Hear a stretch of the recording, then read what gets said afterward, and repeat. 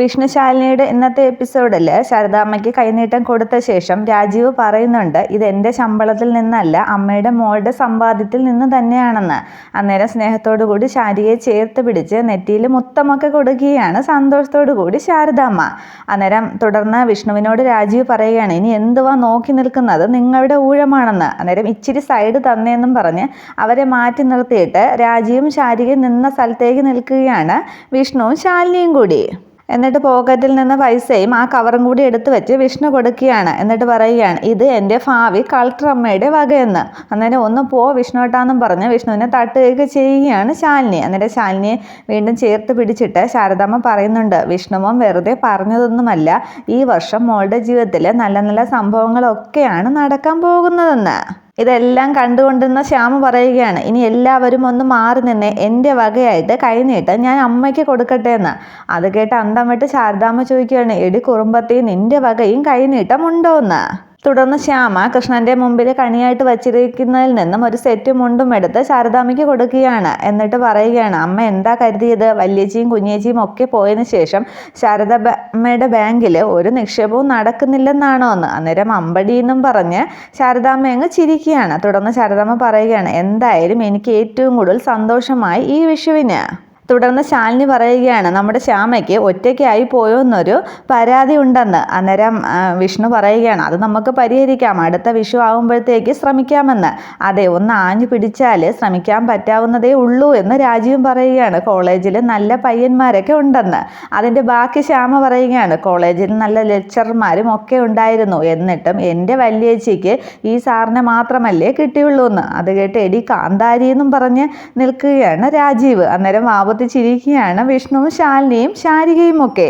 പക്ഷെ ഇത് കേട്ടിട്ട് ശാരദാമ്മ ചോദിക്കുകയാണ്, മൂത്തവരോട് ഇങ്ങനെ തറുതലയാണോടി പറയുന്നതെന്ന്. അന്നേരം ശാരിക പറയുകയാണ്, പോട്ടെ അമ്മേ, രാജീവ് സാർ ഇപ്പോൾ അവളുടെ അധ്യാപകൻ മാത്രമല്ലല്ലോ, ഏട്ടനും കൂടിയല്ലേ എന്ന്. അന്നേരം എല്ലാവർക്കും അങ്ങ് സന്തോഷമാകുകയാണ്. അന്നേരം നമുക്ക് ഭക്ഷണം കഴിക്കാമെന്ന് എല്ലാവരും പറയുകയാണ്. തുടർന്ന് രാജീവ് പറയുകയാണ്, ശാരദാമ്മ വിഷമിക്കേണ്ട, കുടുംബശ്രീ ഹോട്ടലിലെ എല്ലാ വിഭവങ്ങളും കൂടി വിഷുസദ്യ ഉണ്ടിട്ടേ ഞങ്ങൾ ഇവിടെ നിന്ന് പോകുന്നുള്ളൂ എന്ന്. അത് കേട്ട് സന്തോഷിച്ച ശാരദാമ്മ ശാരികയെയും ശാലിനിയെയും കൂട്ടി അകത്തേക്ക് പോകുന്നുണ്ട്. അന്നേരം ഞാനിപ്പോൾ വരാമെന്നും പറഞ്ഞ് ശ്യാമയും പോവുകയാണ്. അന്നേരം വിഷ്ണു പറയുകയാണ്, ഞാൻ വെറുതെ പറഞ്ഞതല്ല, കോളേജിൽ നല്ല പയ്യന്മാരുണ്ട് എന്ന്. അത് കേട്ട് ചിരിച്ച് ശ്യാമ അങ്ങ് അകത്തേക്ക് കയറി പോകുന്നുണ്ട്. തുടർന്ന് ശാന്തയും രാജിയും ഒക്കെ എത്തുകയാണ്. അന്നേരം വളരെ സന്തോഷത്തോടു കൂടി ശ്യാമ അവരെയൊക്കെ വിളിക്കുന്നുണ്ട്, വാന്നും പറഞ്ഞ്. അന്നേരം സന്തോഷത്തിലാണല്ലോ, എന്താ കാര്യമെന്നൊക്കെ അവർ ചോദിക്കുകയാണ്. അതൊക്കെയുണ്ട്, നിങ്ങൾ വന്നേന്നും പറഞ്ഞ് ശ്യാമ വിളിക്കുകയാണ്. അന്നേരം രാജി പറയുകയാണ്, അത് ഞങ്ങൾക്ക് മനസ്സിലായി, കാറ് കണ്ടപ്പോൾ തന്നെ ഞങ്ങൾക്ക് മനസ്സിലായി, ശാരിമോളും ശാലിനിയും ഒക്കെ വന്നിട്ടുണ്ടല്ലേ എന്ന്. അങ്ങനെ അവരെയും വിളിച്ചുകൊണ്ട് ശ്യാമയും അങ്ങ് അകത്തേക്ക് കയറി പോകുന്നു. തുടർന്ന് കാണിക്കുന്നത് രാജിയും വിഷ്ണുവും കൂടി കൊച്ചു വർത്തമാനവും പഴയ കാര്യങ്ങളും ഒക്കെ സംസാരിക്കുന്നുണ്ട്. അന്നേരമാണ് വിഷ്ണു പറയുന്നത്, നമുക്ക് ആ പ്ലാനിൽ തന്നെ അങ്ങ് മുന്നോട്ട് പോകാമെന്ന്. അതെ അതെ, അത്രേ ഉള്ളൂ എന്നും പറഞ്ഞ് അവർ പറഞ്ഞുകൊണ്ട് നിൽക്കുമ്പോഴാണ് ശ്യാമ ഈ രാജിയെയും ശാന്തയും കൂട്ടി അങ്ങോട്ട് വരുന്നത്. അന്നേരം ദേ അവർ വരുന്നു എന്നും പറഞ്ഞ് രാജീവിനെ കണ്ണു കാണിക്കുകയാണ് വിഷ്ണു. അന്നേരം അവർ വേറെന്തോ പ്ലാൻ ചെയ്യുന്നുണ്ട്. അവർ വരുന്നത് കണ്ട് നിർത്തിയതാണ് സംസാരം. തുടർന്ന് വിഷുക്കണിയൊക്കെ നോക്കിയിട്ട്, കൊള്ളാമല്ലേ, ശാരിമോളും ശാലിനിയും എവിടെയെന്നൊക്കെ ശാന്ത ചോദിക്കുകയാണ്. അന്നേരം ശാരദാമ്മ മക്കളെയും കൂട്ടി വന്നിട്ട് പറയുകയാണ്, മക്കളെല്ലാവരും കൂടി ചേർന്ന് എനിക്ക് ഒരുക്കിയ വിഷുക്കണിയാണ്, നിങ്ങളെ കൈനീട്ടം വാങ്ങിക്കാനായിട്ട് കണ്ടില്ലല്ലോ എന്നും പറഞ്ഞ് നോക്കിയിരിക്കുകയായിരുന്നു, എങ്ങനെയുണ്ട് വിഷുക്കണി എന്നും പറഞ്ഞ് വളരെ സന്തോഷവതിയായിട്ടാണ് ശാരദാമ്മ അവരോട് സംസാരിക്കുന്നത്. തുടർന്ന് ശാരദാമ്മ വിഷു കൈനീട്ടത്തിനെ കുറിച്ചും കണി ഒരുക്കുന്നതിനെ കുറിച്ചും ഒക്കെയുള്ള ഐതിഹ്യങ്ങളൊക്കെ അവരോട് സംസാരിക്കുകയാണ്. എല്ലാവരും ശ്രദ്ധയോടുകൂടി അതൊക്കെ കേട്ട് നിൽക്കുന്നുണ്ട്. തുടർന്ന് രാജിക്കും ശാന്തയ്ക്കും ശാരദാമ്മ കൈനീട്ടം കൊടുക്കുകയാണ്. കൈനീട്ടം വാങ്ങിയ ശേഷം ശാരദാമ്മയുടെ കാല് തൊട്ട് വന്ദിച്ച് അവർ അനുഗ്രഹമൊക്കെ വാങ്ങുന്നുണ്ട്. തുടർന്ന് സദ്യയുടെ കാര്യങ്ങളൊക്കെ എല്ലാവരും അന്വേഷിക്കുന്നുണ്ട്. അന്നേരം കുടുംബശ്രീയുടെ സ്പെഷ്യൽ എല്ലാ വിഭവങ്ങളും വേണമെന്നൊക്കെ രാജീവ് പറയുകയാണ്. എല്ലാം പോരട്ടെ എന്ന് വിഷ്ണുവും പറയുന്നുണ്ട്. അന്നേരം ഞങ്ങൾ 6 പെണ്ണുങ്ങൾ അടുക്കളയിൽ കയറിയാൽ എന്താണ് സംഭവിക്കുക എന്നറിയാമോ എന്ന് സാരിയുടെ തുമ്പൊക്കെ എങ്ങോട്ട് മടക്കി ചൊരുകിയിട്ട് ശാലിനി ചോദിക്കുന്നുണ്ട് വിഷ്ണുവിനോട്. പെട്ടെന്ന് വിഷ്ണു ഒന്ന് ചിരിച്ച ശേഷം അമ്മായി ഊണ് കഴിച്ചതിനെ പറ്റി ഓർക്കുന്നുണ്ട്. ഒരു ഞെട്ടലോട് കൂടി വിഷ്ണു അങ്ങ് നിൽക്കുമ്പോൾ ഓർമ്മയുണ്ടോ എന്ന് ശാലിനി ചോദിക്കുകയാണ്. അന്നേരം ഓർമ്മയുണ്ട്, അമ്മായിയമ്മ ഊണ് കഴിച്ചതിൻ്റെ ക്ഷീണം എനിക്ക് ഇപ്പോഴും മാറിയിട്ടില്ലേ എന്ന് വിഷ്ണു അങ്ങ് പറയുകയാണ്. തുടർന്ന് അതെന്താ സംഭവം എന്ന് നിൽക്കുകയാണ് രാജീവ്. അന്നേരം വിഷ്ണു പറയുകയാണ്, അതൊക്കെ ഉണ്ട്, ദേ ശാരദാമ്മ എന്നെ സൽക്കരിച്ചതുപോലെ ഈ രാജീവ് സാറിനെ കൂടി ഒരു അമ്മായി ഊണൊക്കെ കൊടുത്ത് ഒന്ന് സൽക്കരിക്കണേ എന്ന്. അതിനെന്താ മോനെ, എപ്പോൾ വേണമെങ്കിലും സൽക്കരിക്കാമെന്ന് ശാരദാമ്മ പറയുകയാണ്. അന്നേരം ഇവിടുത്തെ കാര്യങ്ങളൊക്കെ എങ്ങനെയാണെന്ന് ശാരദാമ്മ തിരക്കുകയാണ്. അന്നേരം അമ്മ വാ പോകാമെന്നും പറഞ്ഞ് ശാരിക ശാരദാമ്മയും കൂട്ടി പോകാനൊരുങ്ങുന്നുണ്ട്. തുടർന്ന് രാജീവ് പറയുകയാണ്, ദേ ഞാനൊരു കാര്യം പറയാം, ഇന്നൊരു വിശേഷ ദിവസമല്ലേ, ഈ അടുക്കള പെണ്ണുങ്ങൾക്ക് മാത്രം എന്നൊരു കുത്തക ഞങ്ങളങ്ങ് അവസാനിപ്പിക്കാൻ പോവുകയാണ്. ഇന്ന് അടുക്കളയിൽ കയറുന്നത് ഞങ്ങളാണ്, സദ്യ എല്ലാം ഒരുക്കുന്നത് ഞങ്ങളാണെന്ന് വിഷ്ണു രാജീവും കൂടി ചേർന്ന് പറയുകയാണ്. അപ്പോൾ ശാലിനി ചോദിക്കുകയാണ്, അപ്പോൾ നിങ്ങൾ രണ്ടുപേരും കൂടി പ്ലാൻ ചെയ്തിട്ടാണല്ലേ ഈ ഉണ്ണുന്നത് പോലെയല്ല സദ്യവിഭവങ്ങൾ ഉണ്ടാക്കുന്നത്? നിങ്ങൾക്ക് മാത്രമല്ലല്ലോ സർപ്രൈസ് തരാൻ സാധിക്കുന്നത്, ഞങ്ങളും ഒന്ന് ശ്രമിക്കട്ടെ എന്ന് രാജീവ് പറയുകയാണ്. അന്നേരം ശാരദാമ്മ പറയാണ്, ശരി എങ്കിൽ സമ്മതിച്ചു, എല്ലാവരും കൂടി വാന്നും പറഞ്ഞ് ശാരദാമ്മ മുന്നോട്ട് നടക്കുകയാണ്. അന്നേരം ശാരദാമ്മയുടെ പുറകെ എല്ലാവരും കൂടി അടുക്കളയിലേക്ക്, കുടുംബശ്രീ ഹോട്ടലിലെ അടുക്കളയിലേക്ക് പോവുകയാണ്.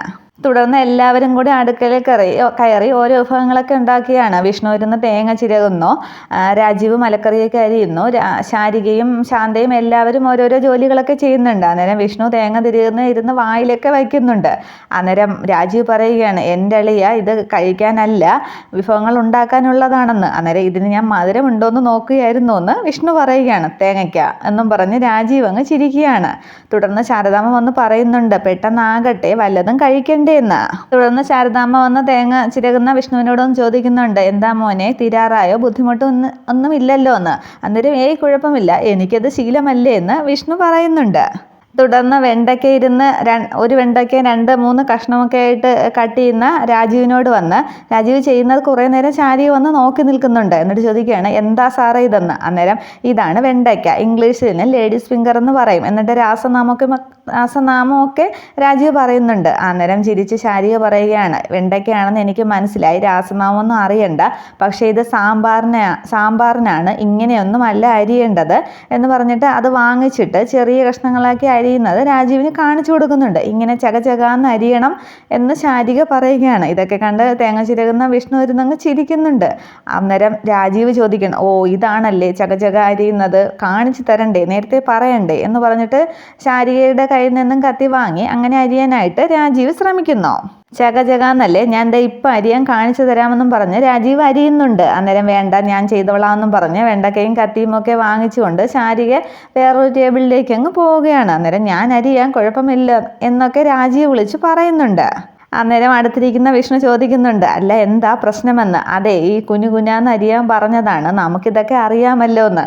അന്നേരം വിഷ്ണു വീണ്ടും കളിയാക്കുകയാണ്, കുനുകുനു എന്നല്ല ചക എന്ന്. ഓ അതും എനിക്കറിയാമെന്ന് പറയുകയാണ് രാജീവ്. ഇതേസമയം ശാരദാമ്മ വിഷുവിനുണ്ടാകുന്ന വിഭവങ്ങളെ പറ്റിയൊക്കെ സംസാരിക്കുന്നുണ്ട്. ഇതേസമയം പായസം ഉണ്ടാക്കുകയാണ് അടുക്കളയിൽ നിന്ന് ശാലിനി. കുറേ നേരം തേങ്ങയൊക്കെ ചിരിയതിനു ശേഷം ഇതെവിടെ, അനക്കമൊന്നുമില്ലല്ലോ എന്നും പറഞ്ഞ് വിഷ്ണു ശാലിനിയെ ചുറ്റും കണ്ണോടിക്കുകയാണ്. അന്നേരം പായസം ഇളക്കുന്ന ശാലിനിയെ വിഷ്ണു കാണുകയാണ്.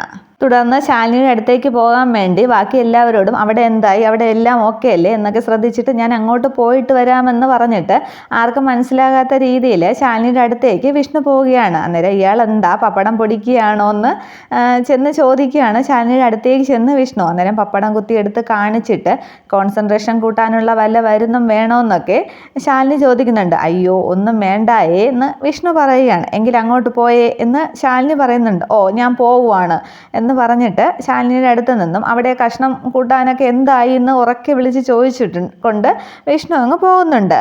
തുടർന്ന് അരിയുന്ന ശ്യാമയോട് വന്ന് ഇതിങ്ങനെയല്ല, വലിയ കഷ്ണം വേണം എന്നൊക്കെ പറയുന്നുണ്ട്. തുടർന്ന് തേങ്ങ ചിരുവാനായിട്ട് തിരികെ വരുമ്പോൾ അവിടെ തേങ്ങ ഇല്ല. അന്നേരം ഇവിടെ ഇരുന്ന നാളികേരം എവിടെ കൊണ്ടുപോയോ എന്നൊക്കെ വിഷ്ണു ചോദിക്കുന്നുണ്ട്. എന്നിട്ട് ആ ചിരവയുടെ നാക്കിൽ ഇങ്ങനെ കൈ കൊണ്ട് വയ്ക്കുമ്പോൾ കൈ ഒന്ന് പോറുന്നുണ്ട്. അന്നേരം ആഹാ ഇത് എൻ്റെ ഭാര്യയുടെ നാവ് പോലെ തന്നെ നല്ല മൂർച്ചയാണ് എന്ന് വിഷ്ണു അങ്ങ് പറഞ്ഞു പോകുന്നുണ്ട്. അന്നേരം ശാലിനി നോക്കുമ്പോൾ ശാലിനി ഇങ്ങനെ രൂക്ഷമായിട്ട് നോക്കുകയാണ്. അയ്യോ ആകെ പ്രശ്നമായോ എന്നും പറഞ്ഞ് വിഷ്ണു പെട്ടെന്ന് അങ്ങ് മുഖം തിരിക്കുകയാണ്. ഇതേ സമയം രാജീവ് അവിടെ ഇരുന്ന മുരിങ്ങയൊക്കെ എടുത്ത് ശാരിക നേരത്തെ വെണ്ടയ്ക്ക അരിയാൻ പറഞ്ഞതുപോലെ ഇരുന്ന് അരിയുകയാണ്. ഇത് കണ്ട് ശാരിക വന്ന് ചോദിക്കുന്നുണ്ട് എന്താ ഇതെന്ന്. അന്നേരം കണ്ടില്ലേ, താനല്ലേ പറഞ്ഞത് എനിക്ക് അരിയാനായിട്ട് അറിയില്ല എന്ന്, ദേ ചകചകാന്ന് ഞാൻ അരിഞ്ഞു വെച്ചേക്കുന്ന കണ്ടില്ലേ എന്ന്. അന്നേരം ശാരിക പറയുകയാണ്, എന്തുവാ സാറേ ഇത്, സാമ്പാറിനിടുവാനുള്ള മുരിങ്ങയൊക്കെയല്ലേ, കണ്ടോ അമ്മേ, ദേ ചെറിയ ചെറിയ കഷ്ണമാക്കി അരിഞ്ഞു വെച്ചിരിക്കുന്നു എന്ന്. അന്നേരം അത് കണ്ടും കേട്ടും എല്ലാവരും അങ്ങ് ചിരിക്കുന്നുണ്ട്. തുടർന്ന് ശാരദാമ്മ പറയാണ്, പോട്ടെ മോളെ, സാറിന് അറിയാൻ പാടില്ലാത്തോണ്ടല്ലേ എന്ന്. അന്നേരം ആകെ അങ്ങ് ചമ്മിയിരിക്കുകയാണ് രാജീവ്. തുടർന്ന് ശാരദാമ്മ പറയാണ്, മുരിങ്ങക്ക വേറെ ഇരിപ്പുണ്ടല്ലേ, മോളെടുത്ത് അരിഞ്ഞു വയ്ക്കെന്ന്. അന്നേരം ഇതെന്തുമായി കാണിച്ചിരിക്കുന്നത്, എല്ലാം നശിപ്പിക്കാനായിട്ട്, ഇങ്ങ് തന്നേ ഞാൻ അരിയാന്നും പറഞ്ഞ് അത് വാങ്ങിക്കൊണ്ട് ശാരിക പോകുന്നുണ്ട്. അന്നേരം വിഷ്ണു അടുത്ത് നിന്ന് അങ്ങ് ചിരിക്കുകയാണ്, ഇതൊന്നും അറിയില്ല അല്ലേ എന്നും പറഞ്ഞ്. അന്നേരം രാജീവ് ചിന്തിക്കുകയാണ്, ഈ സാമ്പാറിനിടാനുള്ള കഷ്ണങ്ങൾക്കെല്ലാം ഒരേ വലിപ്പമല്ലേ, പിന്നെ എങ്ങനെ അരിയേണ്ടതെന്ന് പറഞ്ഞ് രാജീവ് ആലോചിച്ചിരിക്കുന്നുണ്ട്. തുടർന്ന് രാജീവ് തക്കാളി എടുത്തിട്ട് ഇതെങ്ങനെ അരിയേണ്ടത്, അരിയാൻ കത്തി തരുമോ എന്നൊക്കെ പറഞ്ഞ് എല്ലാവരെയും ചുറ്റും നോക്കുന്നുണ്ട്. അന്നേരം ശ്യാമ വന്നിട്ട്, ഈ സാറിന് എന്താ, അത് തക്കാളിയാണ്, സൂക്ഷിച്ച് നോക്കിയാൽ കടലും കരയും ഒക്കെ കാണാനായിട്ട് അത് ഗ്ലോബൊന്നുമല്ല, സാർ അവിടെ വച്ചേന്നും പറഞ്ഞ് ശ്യാമയും കളിയാക്കുകയാണ് രാജീവിനെ. തുടർന്ന് അവിടെ ഇരുന്ന ഇലയൊക്കെ എടുത്തിട്ട് ഞാൻ ഈ ഇലയൊന്ന് കഴുകിയിട്ട് വരാമെന്നും പറഞ്ഞ് വിഷ്ണു മുങ്ങുകയാണ്. അന്നേരം പുറകെ വിഷ്ണു എന്നും പറഞ്ഞിട്ട് രാജീവ് എഴുന്നേറ്റ് പോകുന്നുണ്ട്. അന്നേരം രണ്ടുപേരും മുങ്ങിയെന്ന് ശാരിക പറയുകയാണ്. അത് പോട്ടെ മക്കളെ, നമുക്ക് ചെയ്യാവുന്ന ജോലിയല്ലേ ഉള്ളൂ എന്ന് ശാരദാമ്മ പറയുകയാണ്. തുടർന്ന് പുറത്തേക്ക് ഇറങ്ങിയ വിഷ്ണുവിനോട് രാജീവ് ചോദിക്കുകയാണ്, ഒരു പുരുഷന്റെ ജീവിതത്തിലെ ഏറ്റവും പ്രധാനപ്പെട്ട കാര്യം എന്തുവാന്ന് അറിയാമോ എന്ന്. അന്നേരം പണം, പദവി, അധികാരം എന്നൊക്കെ വിഷ്ണു പറയുന്നുണ്ട്.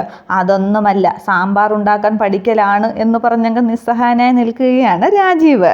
അത് കേട്ട് അന്തം വിട്ടങ്ങ് ചിരിച്ചു നിൽക്കുകയാണ് വിഷ്ണു. അന്നേരം രാജീവ് സാറേ എന്നും പറഞ്ഞ് ശാരിക അകത്ത് നിന്നും വിളിക്കുന്നുണ്ട്. ഞാൻ വരുന്നു എന്നും പറഞ്ഞ് രാജീവ് കയറി പോവുകയാണ്. അന്നേരം വിഷ്ണു ആലോചിക്കുകയാണ്, സാമ്പാർ ഉണ്ടാക്കല്ലോ, അത് കൊള്ളാമല്ലോ, അതൊന്ന് ചോദിക്കണമല്ലോ. രാജീവ് സാറേ എന്നും പറഞ്ഞ് വിഷ്ണുവും കൂടെ രാജീവിൻ്റെ കൂടെ അകത്തേക്ക് കയറുകയാണ്. തുടർന്ന് എല്ലാവരും കൂടി ചേർന്നിരുന്ന് സന്തോഷത്തോടു കൂടി ഇരുന്ന് വിഷുസദ്യ കഴിക്കുകയാണ്. അതിനുശേഷം വൈകുന്നേരം തുടർന്ന് അതെല്ലാം ഒരു പാട്ട് സീനോട് കൂടിയാണ് കാണിക്കുന്നത്. അത് കുറേ നേരമുണ്ട് സന്തോഷത്തോടെ എല്ലാവരും സദ്യ കഴിക്കുന്നത്. തുടർന്ന് വൈകുന്നേരം എല്ലാവരും കൂടി ചേർന്ന് വീണ്ടും പടക്കമൊക്കെ പൊട്ടിക്കുകയാണ്. പുത്തിരിയും മത്താപ്പവും ഒക്കെ കത്തിക്കുന്നുണ്ട്. ഇതിനിടയ്ക്ക് രാജീവിന് പടക്കം പേടിയാണെന്ന് വിഷ്ണുവിനോട് പറയുന്നുണ്ട്. അന്നേരം വിഷ്ണുവും പറയുന്നുണ്ട്, എനിക്ക് പടക്കത്തിൻ്റെ ശബ്ദം കേൾക്കുന്നത് പോലും പേടിയാണെന്ന്. വിഷ്ണു അത് വെറുതെ പറയുന്നതാണ്. അതേസമയം പടക്കം ഒക്കെ പൊട്ടിക്കുമ്പോൾ എനിക്ക് പണ്ടേ പടക്കം പേടിയാണെന്നും പറഞ്ഞ് രാജീവ് മാറിപ്പോവുകയാണ്. അന്നേരം അയ്യേ സാറേ എന്നും പറഞ്ഞ് ശാരദാമ്മയൊക്കെ കളിയാക്കുന്നുണ്ട്. തുടർന്ന് വിഷ്ണു പോയി രാജീവിനെ ബലമായിട്ട് പിടിച്ചുകൊണ്ടുവന്ന് കയ്യിൽ പൂത്തിരിയൊക്കെ കൊടുത്ത് കത്തിക്കുന്നുണ്ട്. അന്നേരം ശാലിനിയോട് രാജീവ് ചോദിക്കുകയാണ്, അല്ല വിഷ്ണുവിന് പടക്കത്തിൻ്റെ ശബ്ദമേ പേടിയാണെന്നല്ലേ പറഞ്ഞെന്ന്. അന്നേരം കൊള്ളാം, ഇയാൾക്കോ 7ാം ക്ലാസ്സിൽ പഠിക്കുമ്പോൾ കണക്ക് സാറ് എംപോസിഷൻ എഴുതിപ്പിച്ചതിന് കസേരക്കടിയിൽ അമിട്ട് വെച്ച് പൊട്ടിച്ച ആളാണ്. അതെ, ഇയാൾക്ക് പേടിയൊന്നും ഇല്ല എന്നൊക്കെ ശാലിനി പറയുന്നുണ്ട്. അന്നേരം അത് കൊള്ളാമല്ലോ, അപ്പോൾ എന്നോട് തള്ളിയതാണല്ലേ എന്ന് രാജീവ് ചോദിക്കുന്നുണ്ട്. അന്നേരം ശാലിനി പറയുകയാണ്, സാറ് പേടിക്കണ്ട, ആ സാറിൻ്റെ സബ്ജക്റ്റ് മാത്സ് ആയിരുന്നു, സാറിൻ്റെ സബ്ജക്റ്റ് അതല്ലല്ലോ എന്ന്.